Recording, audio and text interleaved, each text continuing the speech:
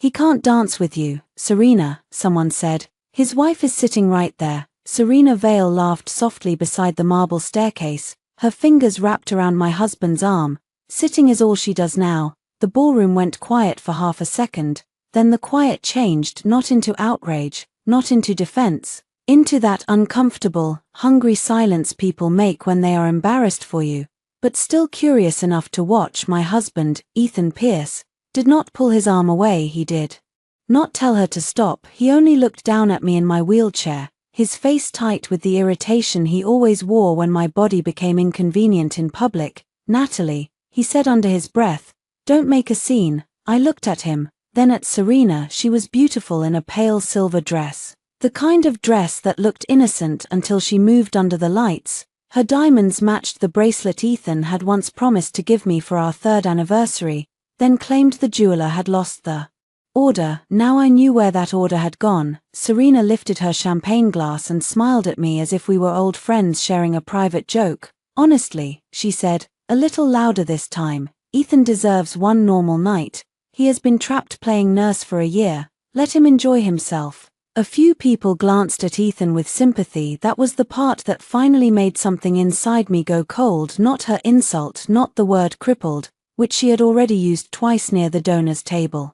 When she thought I was too far away to hear, it was the sympathy. They pitied him, the man who had missed every surgery follow-up, the man who had sent his assistant to sign my discharge papers, the man who had slept in hotels because, as his mother put it, a young husband should not be forced to live like a widower, and now, under chandeliers paid for by a foundation that had used my family's money as its seed capital, they were all looking at him like he was the victim. I rested my hand on the wheel of my chair. My phone was already recording inside the small beaded clutch on my lap.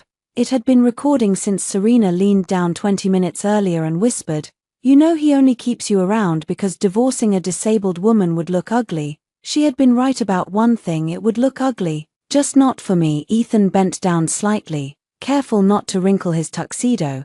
"Go home, Natalie. You look tired." "I'm not tired," I said, his eyes sharpened. "This is not the place."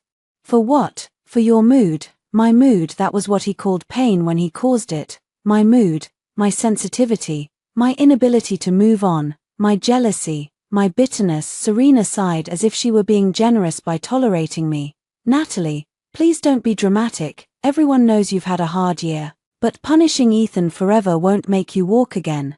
The words floated across the ballroom, clear, cruel, perfect. I looked past her and saw members of the Pierce Foundation board standing near the champagne tower. I saw Ethan's mother, Marjorie Pierce, stiff in emerald satin, watching with her lips pressed thin.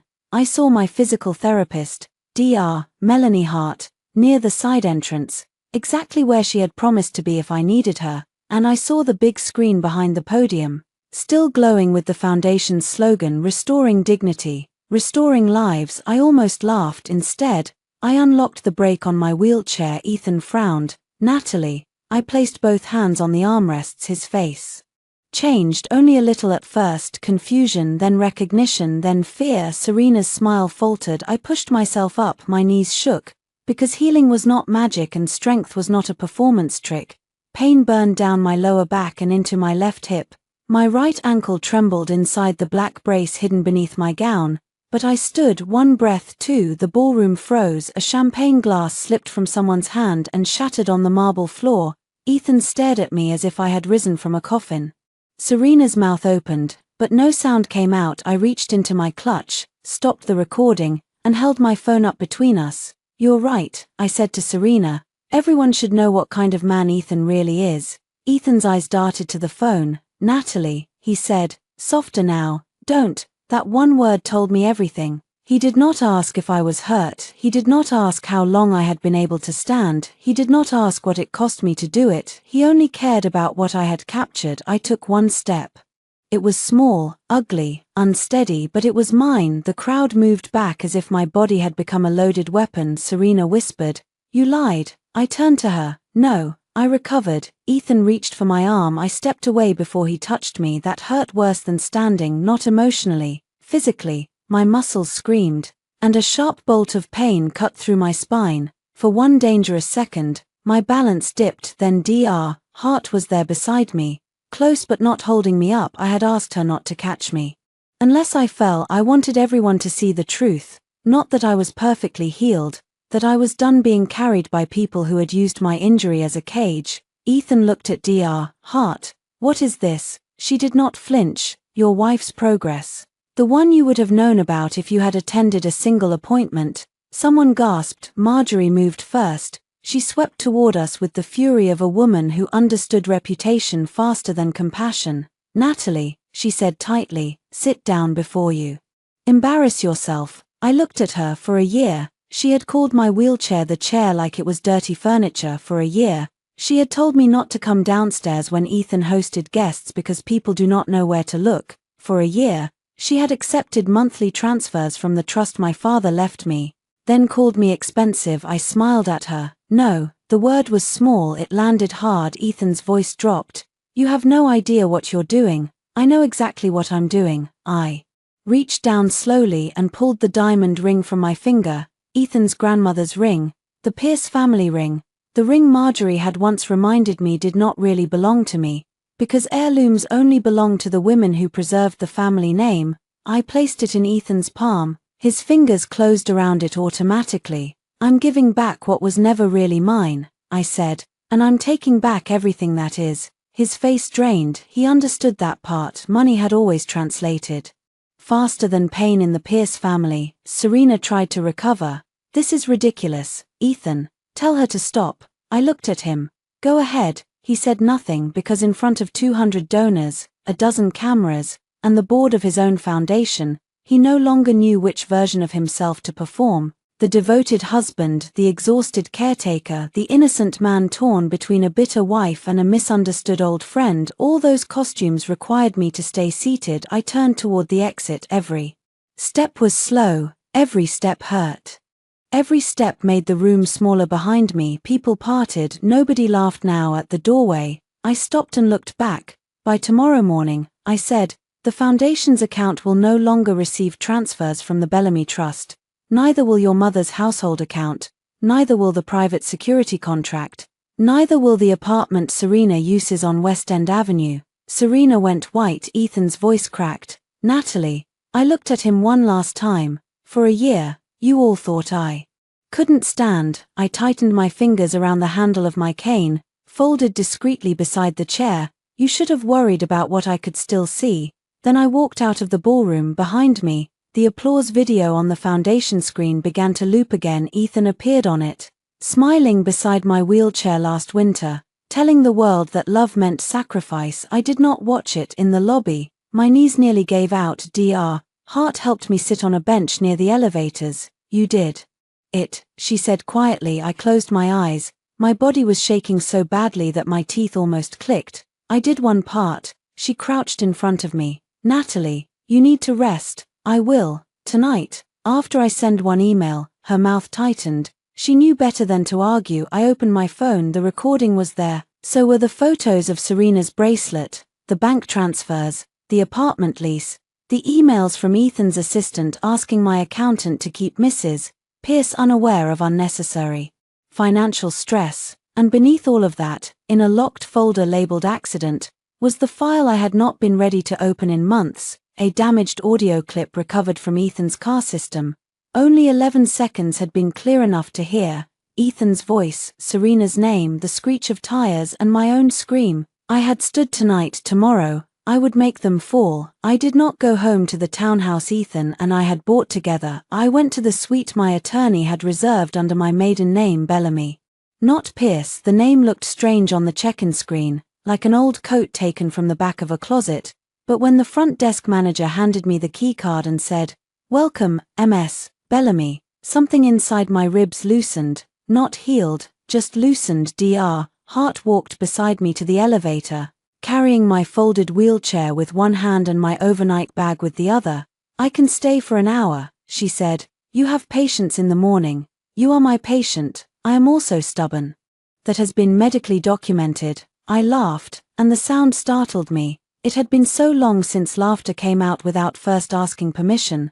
The suite was quiet and warm. Floor-to-ceiling windows looked over the city. Yellow taxis slipped through the rain below. The room smelled of clean linen and lemon polish. Not Ethan's cedar cologne or Marjorie's roses. I made it 5 steps inside before my left leg buckled. Heart caught my elbow, not my waist. She remembered. I lowered myself carefully onto the couch, breathing through the pain until the ceiling stopped tilting. You pushed too hard, she said. I needed them to see. They did, not enough. She sat across from me. What happened tonight will travel fast. Are you ready for that? I looked at my phone on the coffee table. It had already begun vibrating every few seconds. Ethan, Marjorie, Ethan again, unknown number, Serena. Then a message from Ethan. Where are you? Another. We need to talk before this becomes uglier. Then. You humiliated me. I stared at that one longer than I should have. You okay? Heart asked. I'm trying to decide if I'm still capable of being surprised. By him. By myself. I thought seeing those words would hurt. And it does. I put the phone face down. But it doesn't change anything. Heart studied me with the calm patience that had carried me through months of physical therapy. She had seen me cry into folded towels when my legs refused to obey me. She had seen me rage when insurance forms called my progress unlikely. She had seen me freeze every time Ethan cancelled another session because something came up.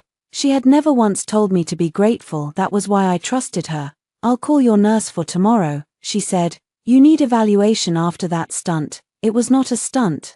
Her eyes softened. No, it was a statement. Your spine still does not care about symbolism. Fair. She stood. And Natalie, do not answer him tonight. I won't. I meant it when I said it. Then the phone rang again, and Ethan's name lit the screen like an old reflex. I let it ring. The room filled with the sound. Once, twice, 3 times. It stopped immediately. A voicemail appeared. I did not play it. Instead, I opened my email and sent the message I had drafted 2 days earlier to my accountant, my attorney, and the trustee managing the Bellamy Trust. Subject: immediate suspension of voluntary transfers, effective immediately. Suspend all discretionary transfers to Pierce Foundation auxiliary accounts, Pierce family household accounts, security retainers related to Ethan Pierce, and any recurring payments linked to the West End Avenue lease under SV or related entities. I read it twice, then I pressed send. No lightning struck, no one burst through the door. The world did not collapse because I stopped funding the people who had taught me that love meant bleeding quietly. My phone rang again. This time, I turned it off. Heart smiled faintly. Good. After she left, the silence became heavier. I changed slowly into soft pajamas, using the cane for balance. Every movement reminded me that standing in the ballroom had not been a miracle. It had been months of sweat, pain, injections, nerve work, braces, and learning how to fall without breaking something else. The mirror across from the closet caught my reflection. For a second, I saw what they must have seen tonight: a thin woman with tired eyes, dark hair pinned too tightly, a black silk gown hanging off shoulders that had carried too much, a leg brace, a cane, no wedding ring, not whole, not broken either. I sat at the desk and finally opened the voicemail. Ethan's voice filled the room. Natalie, call me back. This is insane. Whatever you think you heard tonight. Serena was upset. She didn't mean it like that. You walking out like that makes both of us look unstable. My mother is furious. The board is asking questions. You need to come home, and we'll figure out how to explain this. There was a pause, then his voice lowered. And do not touch the accounts. You have no idea how much damage you could cause. I saved the voicemail, not because I needed another reason, because my attorney liked patterns. The next message was from Marjorie. Her voice was sharp enough to cut paper. Natalie, this family has tolerated a great deal because of your condition, but tonight you behaved disgracefully. If you had recovered, you should have told your husband instead of staging some vulgar public performance. Do not mistake pity for power. Ethan married you when you were healthy. He stayed when you became limited. Show some gratitude. I saved that too. Then I opened Serena's message. It was not voicemail. It was text. You think standing up changes what you are. He still comes to me when he wants to feel alive. For a long time, I looked at that sentence, then I took a screenshot. My hands were steady. That was new. At 2 in the morning, I woke from a dream of twisting metal. My body remembered before my mind did. Rain on glass, Ethan's hand on the wheel, his phone glowing in the cup holder, Serena's name on the screen, me telling him to slow down, his jaw clenched. She's spiraling again, he had said. If I don't go, she'll do something stupid. She is 32, Ethan. She needs me. So do I. He had not answered. The car had taken the curve too fast. The guardrail had appeared. Then sound became impact. For months after the accident, Ethan told everyone I had been anxious that night. He said I had grabbed his arm during an argument. He said the crash had been tragic, unavoidable, complicated. I had been too injured and medicated to fight him at first, then too ashamed, then too afraid of what the truth would cost. But the body remembers. Even when the world teaches you to doubt yourself, the body remembers the hand that did not reach for you at 7 in the morning.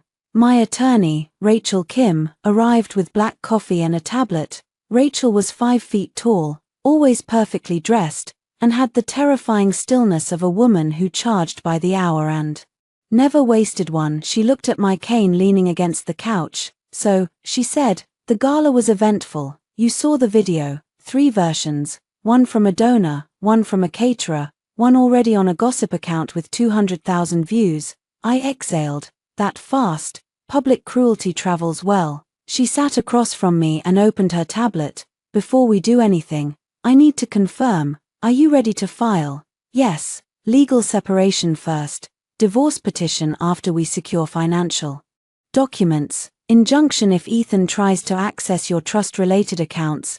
Defamation strategy ready if they claim you faked your disability. Medical records will support the truth. You were injured, treated, and recovering privately. I don't want it to look like I tricked anyone. Rachel looked at me over her glasses. You did not owe your abusers progress reports. The word abusers made my stomach tighten, not because it was wrong, because it fit too well. She slid the tablet toward me. Now. About the accident, I stared at the locked folder on the screen. Do we have enough? We have enough to start asking dangerous questions. The recovered audio is partial, but it contradicts Ethan's public version. The phone records show he received multiple calls from Serena before the crash.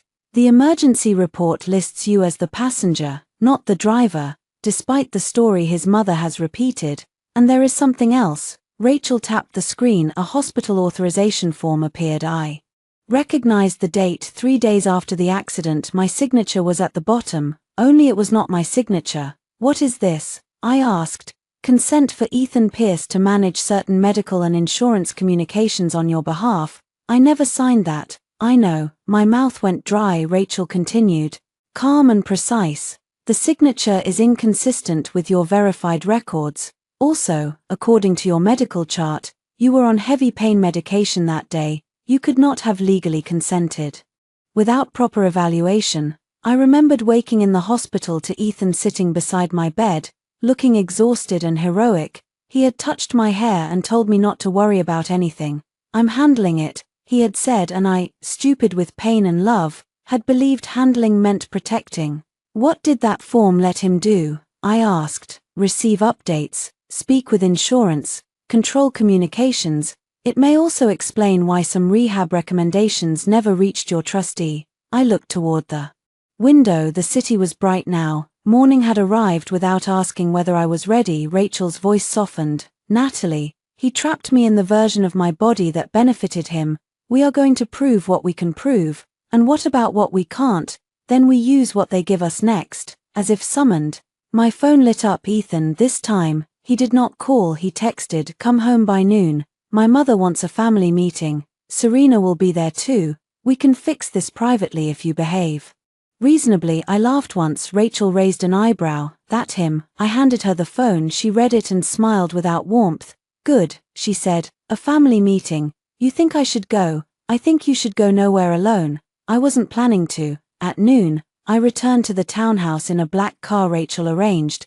wearing flat shoes, a charcoal coat, and the smallest knee brace I could manage. The wheelchair came with me not because I needed it every minute, because I refused to be ashamed of needing it at all. Ethan opened the door before I knocked. He looked tired. Good. His gaze dropped to my legs, then to the chair folded behind me, then back to my face. You should have told me, he said. I stepped past him into the house. You should have asked. In the living room, Marjorie sat like a judge on our cream sofa. Serena stood by the fireplace wearing one of Ethan's white shirts under a cashmere coat, a shirt I recognized. Mine had once hung beside it. My stomach turned, then settled. Marjorie's eyes narrowed at Rachel behind me. "Why is there a lawyer in my son's house?" Rachel smiled. "Because your daughter-in-law invited me." Serena crossed her arms. "This is ridiculous." "No," I said, taking the seat across from them. "This is overdue." Ethan shut the door slowly. The room smelled of roses. I had always hated those roses. Marjorie leaned forward. "You will not destroy this family because your pride was hurt." I placed my phone on the coffee table, then I placed the forged authorization form beside it. Ethan went still. I watched his face. There it was, not confusion, recognition. I felt the last tender part of me close its eyes. "What is that?" Marjorie demanded. I looked at my husband. "Tell her," I said. He swallowed. Serena's gaze flicked toward him, and for the first time in a year, Ethan Pierce had no story ready. Ethan reached for the paper. Rachel moved it out of his reach with 2 fingers. "Originals stay with counsel," she said pleasantly. Marjorie looked from Rachel to Ethan. "What is going on?" "It's a misunderstanding," Ethan said. His voice had recovered some of its polish, but not enough. I had lived beside him for 5 years. I knew every version of his voice. This one was the voice he used when a donor asked about missing numbers before he found a way to blame accounting. "A misunderstanding?" I asked. He looked at me. "You were in pain. There were forms everywhere. You asked me to take care of things. I asked you to help me drink water, Natalie. I asked you where my father's watch was because I could not remember if it had been in the car. I asked you if my legs were still there." My voice stayed even. "I did not ask you to sign my name." Marjorie's face changed, but not toward horror, toward calculation. "What did the form authorize?" she asked. Rachel answered before Ethan could. "Medical communication access, insurance management, and administrative handling of rehabilitation recommendations. We are still reviewing the scope." Marjorie's mouth tightened. "That sounds like something a husband would naturally do." "A husband does not forge consent from a sedated patient," Rachel said. Serena scoffed. "Oh, please. You're acting like he locked her in a basement. She lived in a beautiful house with private care." I turned to her. "Paid for by me." Her eyes flashed. Good, she had gotten too comfortable thinking I was too polite to say the ugly things out loud. Ethan stepped toward the coffee table. "This is not productive. It is for me. You brought a lawyer into our home. I brought a witness into a room where everyone has practiced lying." Marjorie stood. "Enough." The command in her voice used to work on me. It had been trained into the walls of this house. Staff lowered their eyes when she entered. Ethan straightened his shoulders. Even Serena, who enjoyed pushing boundaries, rarely crossed Marjorie directly. I stayed seated. Marjorie's eyes narrowed. "You are angry. Fine, we understand.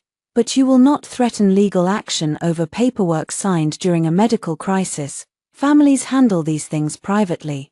Families also do not hide a man's mistress in an apartment funded through his wife's trust."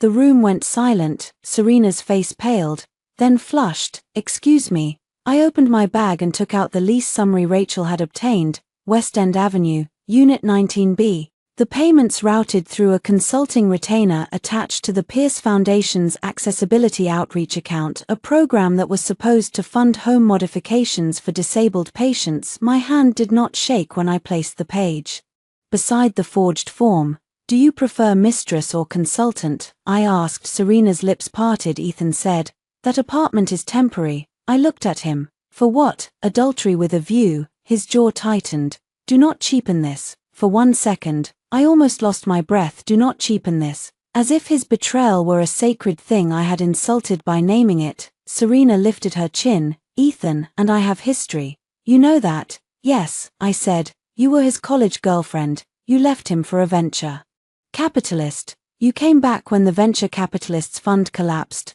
"I know." Her eyes went sharp. "You don't know anything about us. I know he called you from the car the night we crashed." Ethan's face went blank. That was more satisfying than shouting. Marjorie's head snapped toward him. "Ethan." He did not look at her. He looked at me. "What did you say?" I leaned back. My hip screamed from the movement. I let the pain sharpen me. "I said I know you were talking to Serena that night. I know.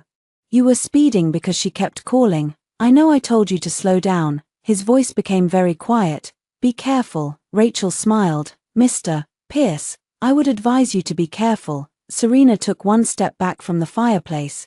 This is insane. He told me you grabbed the wheel. I stared at her for months. I had wondered whether she knew, whether she had let Ethan blame me because the truth did not serve her. Her confusion looked real, not innocent. Just real. That mattered. It meant Ethan had lied.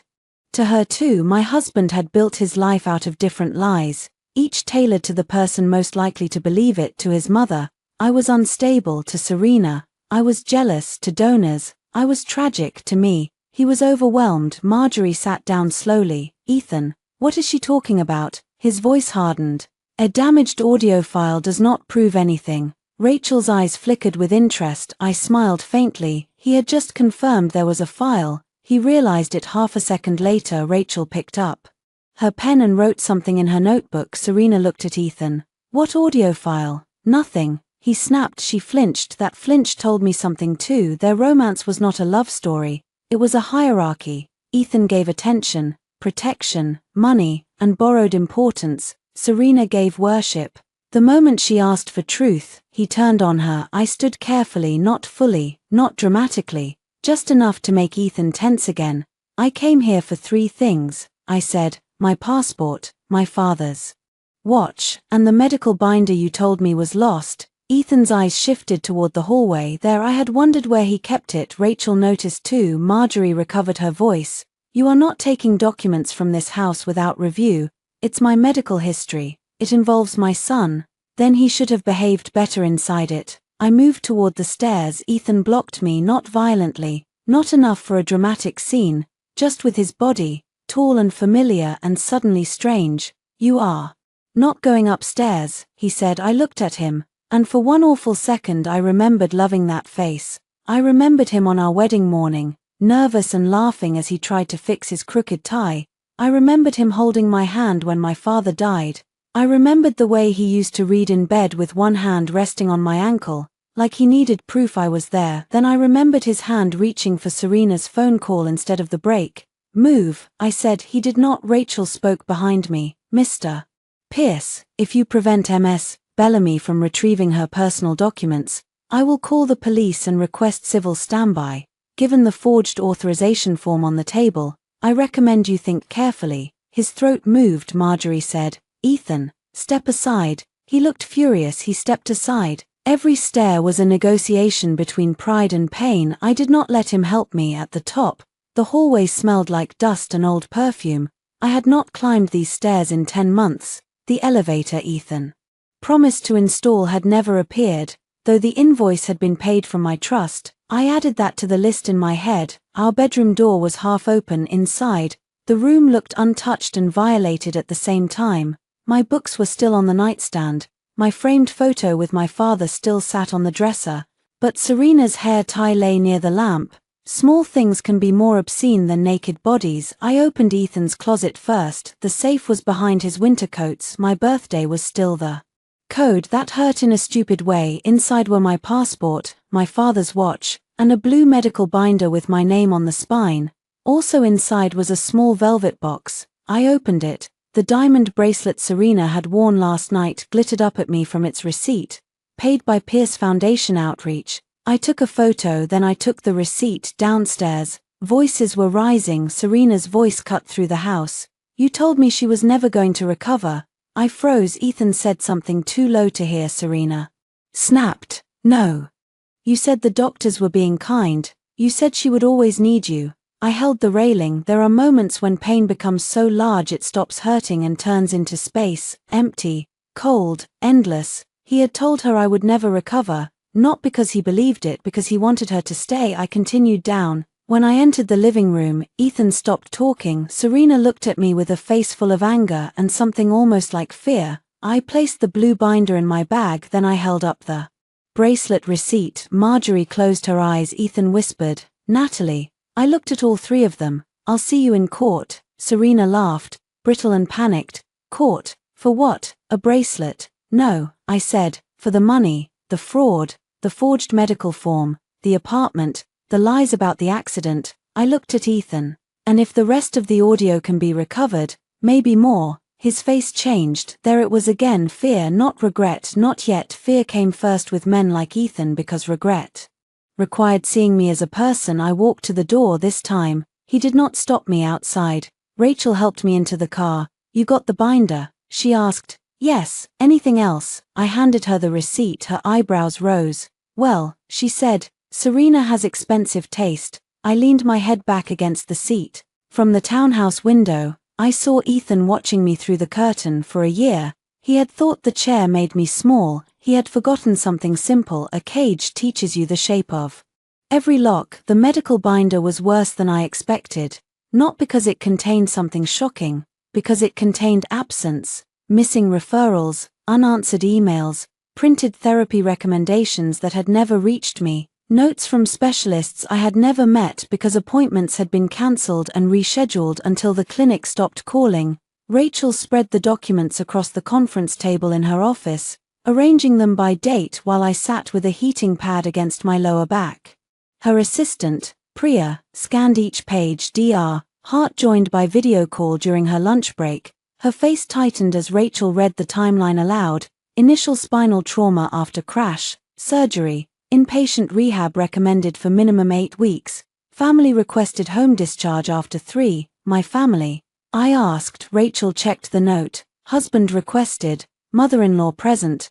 I remembered Marjorie in the hospital room, her pearls glowing against a black coat. She would heal better in familiar surroundings, she had told the doctor. Hospitals depress her. At the time, I had thought she was advocating for me. I had been grateful. The memory made me nauseous. Rachel continued. Outpatient neurological rehab recommended, appointment scheduled, cancelled by spouse's office, rescheduled, cancelled again, insurance queries routed through Ethan's authorization. Dr. Hart's expression went flat. That explains the delay. I looked at her. You always asked why I started so late, you told me. Ethan said the first rehab center had no openings. He did. Rachel placed another page in front of me, an email from Ethan's assistant to a rehabilitation clinic. Mr. Pierce believes Mrs. Pierce is emotionally fragile and may not benefit from aggressive treatment at this stage.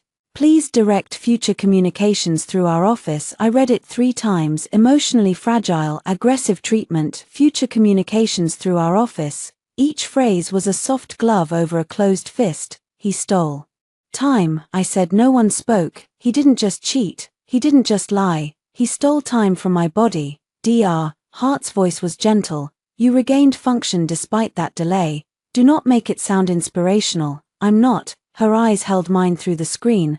I'm saying the delay harmed you. And you still fought your way back. Both are true. I looked down at the email again. Both are true. For a long time, I had thought healing required choosing one story. Either I was strong, or I was damaged. Either I was recovering, or I had been harmed. Either I was moving forward, or the past mattered. Now I understood. The truth did not cancel itself out. Rachel tapped the folder. We can use this. Medical interference, potential forgery, financial misuse, defamation if they continue the fake disability narrative. But we need to be strategic. What do you need from me? Permission to request full records from every clinic listed here.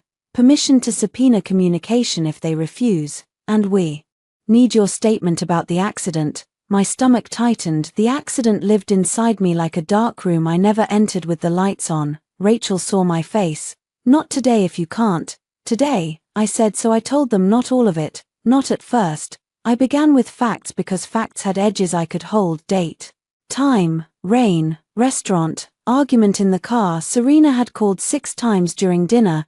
Ethan had silenced the phone the first 2 times, then checked it under the table. By dessert, he was angry with me for noticing. She's in crisis, he had said. She's always in crisis when you're with me. I said. He had accused me of being cruel in the car. The phone rang again. Serena's name lit the screen. He answered through the speakers. Her voice was slurred, crying, dramatic. She said she could not breathe. She said nobody loved her. She said if Ethan really cared, he would come. I told him to pull over if he needed to talk. He drove faster. I told him he was scaring me. He said, don't start. The road curved near the river, his eyes flicked to the phone screen when Serena sobbed his name, the car drifted, I shouted, he jerked the wheel, impact, then nothing clean enough to describe. By the time I finished, my hands had cramped around the paper cup of water Priya gave me. Rachel's voice was quiet. Did you touch the wheel? No. Did you distract him physically? No. Did you ask him to slow down? Yes. Did he ever admit that to anyone? I thought of Ethan in the hospital, whispering. We both said things. It was a bad night. Don't torture yourself trying to remember. I shook my head. No. Rachel wrote something down. Then we build around contradiction. Phone records, car data, audio recovery, emergency report, your medical timeline, his public statements, Serena's messages. At the mention of Serena, my phone buzzed, unknown number, then another message, a photo appeared, Serena and Ethan in a hotel lobby. Time-stamped 2 weeks after my accident, Ethan's arm around her shoulders, her caption, he was never yours after the crash. Below it, keep digging, Natalie, you won't like what you find. Priya inhaled sharply when I showed Rachel. Rachel smiled. It was not a kind smile. People really do commit defamation for free. I stared at the photo. 2 weeks after the accident, I had been in a hospital bed learning how to sit up without vomiting from pain. Ethan had told me he was sleeping at his office because the hospital chair hurt his back. He had gone to Serena. The image did not break me, that surprised me, it clarified things. Grief is fog when you still hope there was another explanation. Proof burns fog away. Send it to me, Rachel said. I did. By late afternoon, the legal notices were ready, one to Ethan, one to the Pierce Foundation, one to Marjorie regarding household transfers, one to the management company for the West End apartment, one to Serena Vale warning preservation of evidence and potential claims. Rachel read each aloud. The language was clean and merciless. It did not call anyone cruel. It did not say my heart had been rearranged by betrayal. It simply listed dates, documents, funds, and consequences. That was the first thing I learned about legal language. It did not need to scream because it knew where to press. At 5, Rachel's receptionist knocked. Ms. Bellamy, there's someone downstairs asking to see you. Rachel looked up. Name, Ethan Pierce. My body reacted before my mind did, a tightening at my throat, a flash of fear, a stupid pull toward the man I had loved. Rachel saw all of it and waited. I hated that she waited because choice is harder when no one takes it from you. Is he alone? I asked. The receptionist checked her tablet. No, his mother is with him. Of course she was. Ethan rarely fought without a shield, Rachel said. You don't have to see him. I know. Do you want to? I looked at the medical binder, at the forged form, at the photo Serena had sent. Want was the wrong word. Need was closer. There are doors you cannot close until you look through them one final time.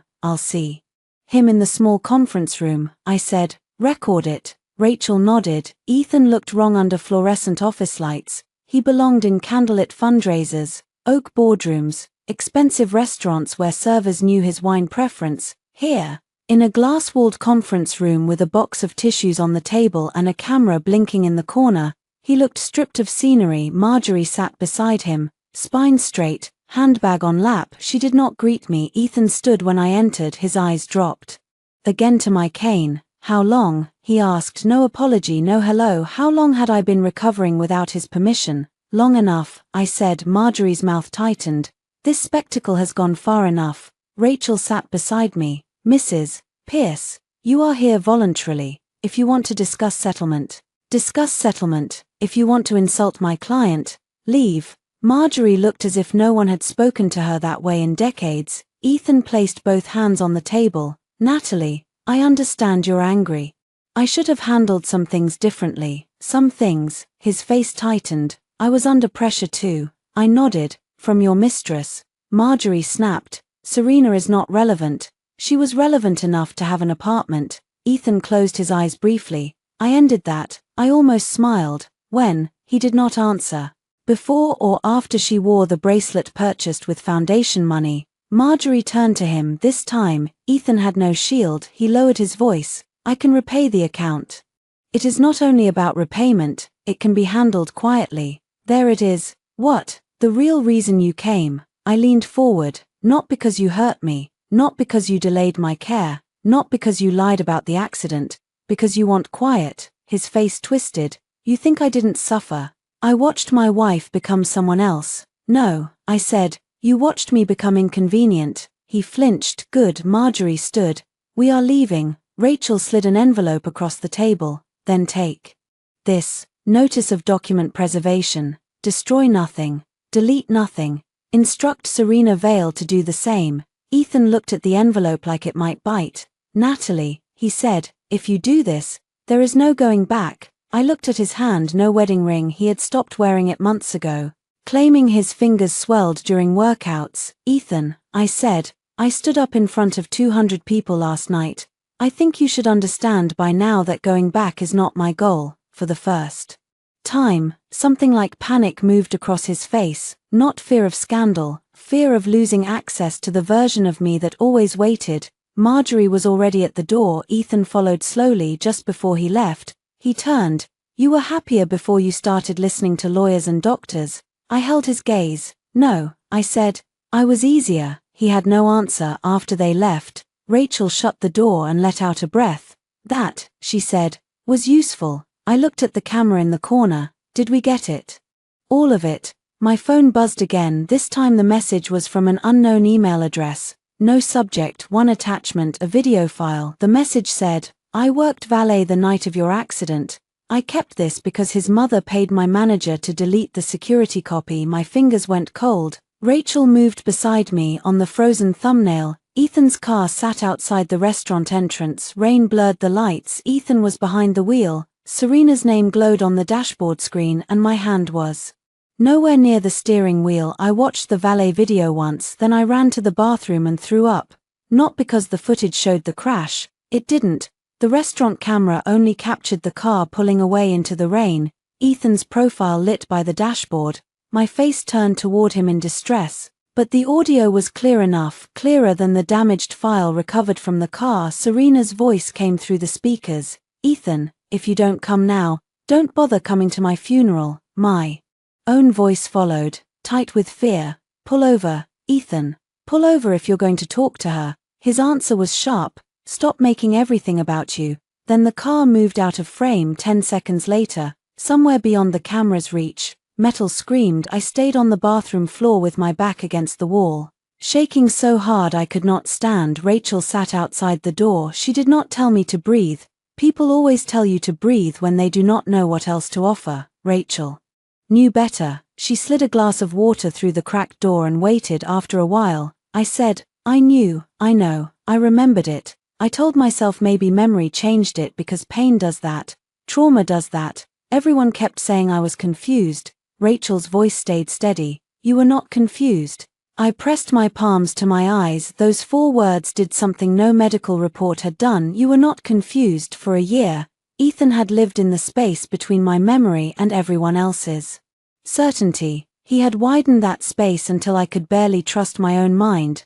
Now the space collapsed. I was standing in the wreckage of it when I came out. Rachel had already contacted the sender through secure email. His name was Luis Ortega. He had been working valet at the restaurant the night of the crash. He says the restaurant's manager received a call the next morning from Marjorie's assistant. Rachel said, they were told the Pierce family wanted privacy because you were unstable and the media might twist things. The manager deleted the saved clip from the main server. But Lewis had already exported a copy because he thought it might be needed for insurance. Why send it now? He saw the gala video. I closed my eyes. The public humiliation Serena intended as my final reduction had become a signal flare. People who had stayed silent were beginning to reconsider what silence protected. What can we do with it? I asked. Several things. First, preserve it properly. Second, use it in the divorce and civil claims. Third, depending on the full accident reconstruction, it may support negligence. The statute issues need review, but the concealment matters. Can we release it? Rachel looked at me carefully. We can, but not impulsively. I'm not impulsive. You stood up in a ballroom last night. I rehearsed that for 3 weeks. Fair point. She closed the laptop. Natalie, once that video is public, people will consume your worst night like entertainment. Some will support you, some will question you. Some will say you are weaponizing disability. Some will say you should have left quietly. You need to decide what outcome you want. I looked at the frozen image on the screen, Ethan driving, me afraid, Serena crying through the speakers like a siren pulling him toward destruction. I want the lie dead, I said, then we kill it carefully. By evening, the story had already started spinning without us. A gossip site posted a blurry clip of me standing at the gala. The headline read, "Billionaire's disabled wife shocks donors BY walking after public fight with husband's ex, disabled wife public fight husband's ex." They made my life sound like a costume drama with better lighting. The comments were worse, some called me brave, some called me manipulative, some said Ethan must have known. Because a husband would know. I stared at that one for a long time. A husband would know, yes, if he had been one. At 8, Ethan sent another message, "You need to make a statement before this gets out of control. Say you were emotional. Say Serena's comment was taken out of context. Say we are handling this as a family." I typed nothing. He sent another, "My mother says if you force an investigation, she will release information about your mental state after the accident." Rachel read it and smiled like a blade. "Excellent," she said. "How is that excellent?" She put the threat in writing through him. "Also, your mental state after a traumatic spinal injury does not justify forgery or financial misuse. It makes them look worse." I leaned back. I used to be afraid of her. Are you still? I thought about it. Marjorie Pierce had ruled every room I entered for years. She never raised her voice when she could lower her expectations until you bent. She complimented like she was forgiving you. She weaponized manners so elegantly that fighting back made you look vulgar. Was I afraid? Maybe, but fear had changed shape before. It made me shrink now. It made me prepare. "No," I said, "I'm angry." Better. The next morning, Rachel and I met with a crisis communications consultant named Alan Reyes, whom she trusted because he believed silence was a tool, not a personality. He watched the gala video, Serena's text, Ethan's voicemail, and the valet footage without interrupting. Then he said, "We release one statement, short, human, no over-explaining. I don't want pity." I said, "Good. Pity has a short shelf life. Clarity lasts longer." He drafted while I watched. At noon, my statement went live on my old personal account, which had been dormant since before the accident. For the past year, I have been recovering from serious injuries after a car accident. My recovery has been private, difficult, and medically supervised. Recent public comments about my disability and marriage were cruel and false. I will not discuss every detail online, but I will correct one lie. I did not cause the accident that injured me. Legal counsel is handling the rest. Thank you to everyone who respects the dignity of disabled and recovering people, whether they stand, sit, walk, use a chair, or need help on any given day. No mention of Ethan, no mention of Serena, no begging, no apology. Within an hour, Dr. Hart reposted it with one sentence, "Recovery is not deception. Mobility can change, respect should not." That line traveled faster than anything I wrote. By late afternoon, disability advocates were calling out the gala clip. Medical professionals were explaining dynamic disability, partial recovery, pain, braces, relapse. People began asking why Ethan's Foundation for Mobility Access allowed a donor's wife to be mocked in its own ballroom. Then someone found the foundation's tax filings. Then someone noticed the West End outreach program had no public projects listed. Then a journalist emailed Rachel. The lie was not dead yet, but it had started bleeding. Serena posted at 6. Her photo showed her crying in soft lighting, no makeup, wrapped in a beige blanket. I never meant to hurt anyone. People are twisting a private moment. Ethan has sacrificed so much, and I will not stay silent while a good man is destroyed by bitterness. She did not name me. She did not need to. The comments split immediately. Some believed her, some did not. One comment rose fast. "If he sacrificed so much, why did his wife's trust pay for your apartment?" Serena deleted the post 15 minutes later. Screenshots lived forever. At 9, Ethan called from a new number. I answered because Rachel was beside me, and the call recorder was on. "What?" I said for a moment. He said nothing. Then, quietly, "You're enjoying this." I almost laughed. "No, you want everyone to hate me. I want everyone to know what you did. That is not the same as truth." "Then release yours." Silence. I heard him breathe. "I loved you," he said. The words landed without weight, maybe because they were past tense, maybe because he used them like a receipt.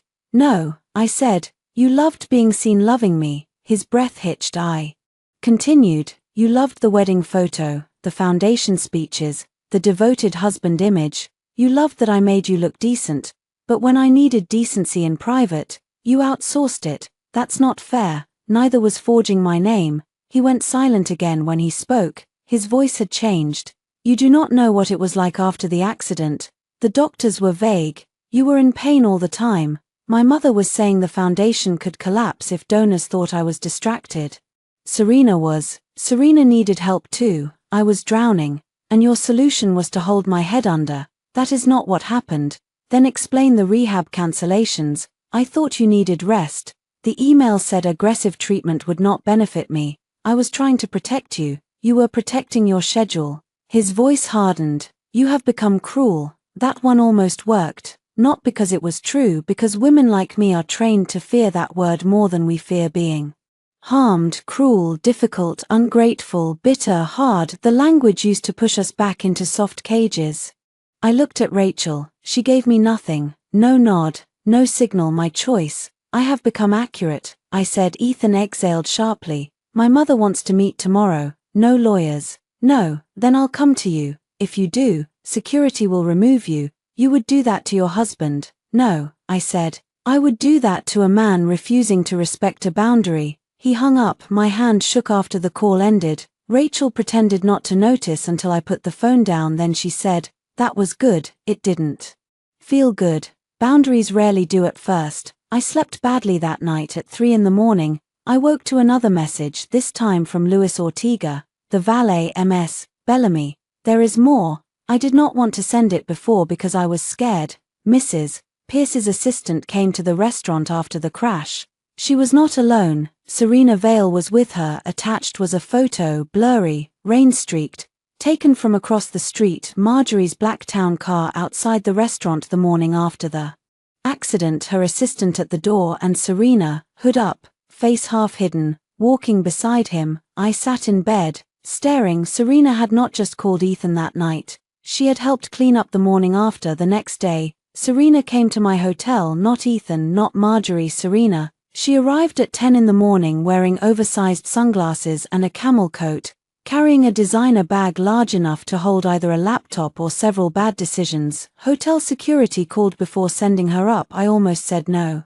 Then Rachel, who had stayed over after the late evidence drop, looked at me and said, let her talk. So I did, but not alone. The suite door opened to Serena's reflection first, sharp and pale in the hallway mirror. She removed her sunglasses when she saw Rachel sitting at the dining table with a recorder beside her coffee. Serena stopped. Seriously, Rachel smiled. Good morning. Serena looked at me. Can we speak privately? No. Her jaw tightened. You used to be nicer. I used to be lied to. She walked in anyway, because women like Serena treated rooms as stages and assumed the lighting would favor them. Her eyes moved over my clothes, my cane, the documents stacked on the table. You look better, she said, disappointed. I didn't come here to fight. No, you came here because Louis sent another photo. For the first time, her mask slipped completely. It was quick, a flash of fear, then she recovered. I don't know who Louis is. Rachel tilted her head. Interesting. We did not mention his last name. Serena looked at Rachel with open hatred, then she turned back to me. You have no idea what you're doing. Ethan's mother will bury you. She already tried. You think a blurry photo proves something. I think you came here because it proves enough. She laughed, but it sounded thin. You always were dramatic. I waited. Silence does strange things to liars. They rushed to fill it. Serena placed her bag on the table and leaned toward me. Fine. I was there the next morning. Marjorie called me. She said Ethan was falling apart, and she needed to know what I had said on the phone. That's all. You helped delete restaurant footage. No. Rachel's pen moved. Serena noticed and snapped. I said no. You also let Ethan tell everyone I grabbed the wheel. I said, I didn't know what happened. You knew what you said on the phone. Her face hardened. There she was, not the crying woman from the social media post, not the wounded old love, the real Serena Vale, cornered and furious that her suffering did not outrank mine. I was in a bad place, she said. I called someone I trusted. You threatened suicide to get a married man to leave dinner with his wife. I did not ask him to speed. No, you only made sure he felt responsible for saving you. She flinched, but anger came right after. You have no idea what Ethan and I were to each other. I know enough. You got the marriage, the house, the name. His family chose you. Everyone chose you. I almost laughed. The sound would have been ugly, Serena. I was in a wheelchair in a back room while you wore jewelry bought with disability charity funds. Do not stand in front of me and talk about what I got. Her mouth twisted. He stayed with you out of guilt. There it was, the sentence she had probably rehearsed. The one meant to stab deep. It did not anymore. No, I said. He stayed because leaving me would damage his image. He went to you because you made him feel heroic without requiring him to be honorable. That is not love. That is a transaction. Her eyes shone with tears this time. I believed them. People can be cruel and still be in pain. The pain does not purify the cruelty. Serena looked away first. Marjorie handled the footage. She said quietly. Rachel stopped writing. My pulse slowed. Say that again, Rachel said. Serena glared at her. I'm not giving you a statement. You already are, Rachel replied. Serena looked at me. You want truth? Fine. Marjorie called me the next morning. She said Ethan told her you two had argued in the car. She said if the press thought he was distracted by another woman, the foundation would be ruined. She asked what I said on the call. I told her I was upset. She told me to forget the call happened. And the restaurant, she said there was footage from the entrance. She sent her assistant. I went because, Serena swallowed, because Ethan asked me to. My hands went cold. Ethan knew. She looked at me with something almost like pity. Of course he knew. The room went very still for months. A small part of me had imagined Ethan as weak rather than malicious, cowardly, not calculating, a man who let his mother steer the cover-up because he could not face the truth. But Serena had just taken that from him. Good, let every excuse die. Rachel's voice was calm. Did Ethan ask you directly to go with Marjorie's assistant? Serena pressed her lips together then nodded once. Words, Rachel said. Yes, I stood not because the moment required drama, because sitting still had become impossible. Pain rose immediately, but I held the cane and stayed upright. Serena watched me this time. There was no mockery in her face, only wariness. You knew, I said. I knew he was scared. You knew he was lying. I knew he was trying not to lose everything. He had already lost me. She looked away. No, she said. You were still there. That was the ugliest truth in the room. I had still been there, in the hospital bed, in the wheelchair, in the townhouse, at family dinners, at foundation events, in every photo where Ethan's hand rested on my shoulder like proof of virtue. My presence had protected him, my silence had fed them all. I sat down again before my knees gave out. Serena picked up her bag. Don't drag me into this, she said. I looked at her. You dragged yourself in the morning you helped bury evidence. Her face hardened. If you release my name, I'll tell people you knew about us and stayed for money. Rachel laughed softly. Serena's eyes snapped to her. Rachel said. Veil, threatening defamation in front of opposing counsel is bold, not wise, but bold. Serena's fingers tightened around her bag. I said, I don't need to ruin you. You did enough. She stared at me for a long moment, then she said the one thing I did not expect. He doesn't love me either. The words fell between us, no performance, no poison, just fact. I did not comfort her. That was another old habit I let die. No, I said, he doesn't. She left without another word when the door closed. Rachel stopped the recorder. That was extremely useful. I looked at the place Serena had been standing. Did she mean to help us? No, but fear makes people generous. My phone rang. Ethan, Rachel and I looked at each other. I answered. His voice was low and furious. What did you say to Serena? She came to me. Do not play games. Interesting. She said the same thing about your mother. Silence. Then, you recorded her. Of course. You had no right. That sentence is starting to mean nothing from you. He breathed hard through the phone. She is fragile, he said. I closed my eyes. The old script. Serena was fragile, Marjorie was proud, Ethan was overwhelmed, and I was supposed to be strong enough to absorb all of them quietly. No, I said, she is accountable. You're turning into someone I don't recognize. Then allow me to introduce myself. I hung up. By afternoon, Rachel had prepared a revised legal strategy. The photo of Serena with Marjorie's assistant, combined with Serena's recorded admission, would support a claim of intentional concealment of evidence. The forged medical authorization would support challenges to decisions made during my recovery. The financial records were expanding into something uglier than marital betrayal. The Pierce Foundation had billed accessibility outreach expenses that were not accessible and did not reach anyone in need. My trust had funded the image of charity while Serena lived above the Hudson at 4. Alan called. The journalist is ready, he said. She has tax filings, the deleted Serena post, and confirmation that the foundation cancelled 3 grant programs while paying West End rent. She wants comment. Rachel looked at me, my choice again. I thought about the slogan glowing behind me at the gala, restoring dignity, restoring lives. I thought about Serena's voice saying sitting is all she does now. I thought about every patient who had applied for ramp funding or mobility equipment and received a polite rejection because the outreach account had been drained into lies. Give her a statement, I said. Alan's voice sharpened. From you? Yes. What do you want it to say? I looked at the medical binder, then at my cane. Say the foundation raised money in the name of people like me while teaching me to be ashamed of needing help. Say I am cooperating with all lawful reviews. Say disability is not a prop, marriage is not immunity, and pity is not accountability. There was a pause. Alan said, that will land. It should. That evening, the article went live this time. The headline did not make me small. Pierce Foundation faces questions over funds after founder's wife alleges medical and financial misconduct. Ethan's picture appeared beside mine in his. He was smiling at a podium in mine.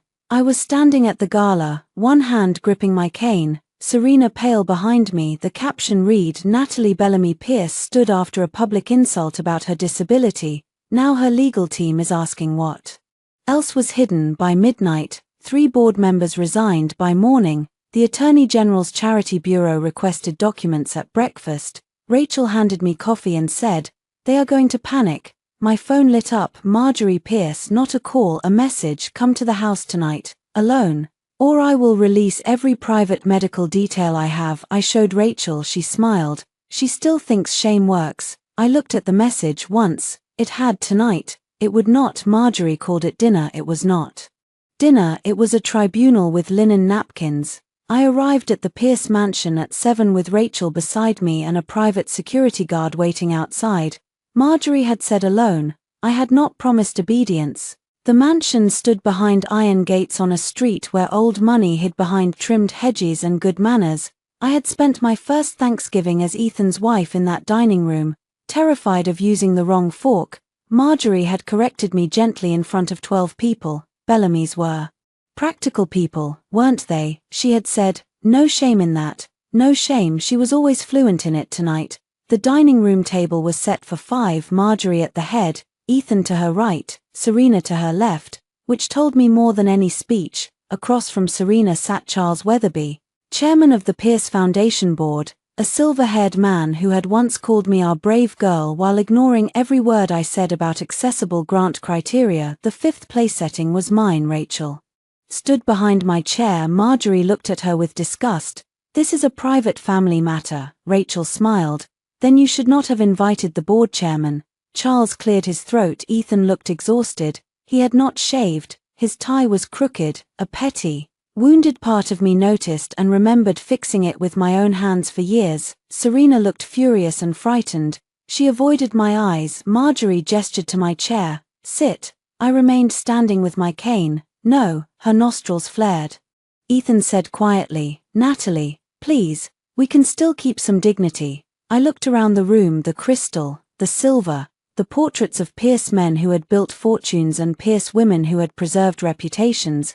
This room has never been about dignity, I said. It has been about appearance. Charles shifted uncomfortably. Perhaps we should begin with practical matters. Excellent, Rachel said. Practical matters are my favorite. Marjorie ignored her and looked at me. You have created a public crisis based on grief, jealousy, and incomplete information. I laughed once. She hated that. You may find this amusing, she continued, but the foundation supports real people. Does it? Charles winced. Marjorie's gaze sharpened. Careful. I opened my bag and took out a folder. Let's be careful together. I placed the first document on the table. 3 cancelled mobility grants from last spring, all approved, then frozen. Total amount almost identical to 6 months of Serena's West End rent. Serena's face burned. That is not my fault, she said. No, your fault was living there, Ethan snapped. Enough. I looked at him. You defended her faster than you ever defended me. The sentence landed hard. He looked away. Marjorie leaned forward. Those grant delays had administrative causes. Rachel placed another document beside mine. Internal email from Foundation Finance stating outreach funds were being redirected at Mr. Pierce's request to a consulting housing expense. Charles turned slowly toward Ethan. Ethan's voice was low.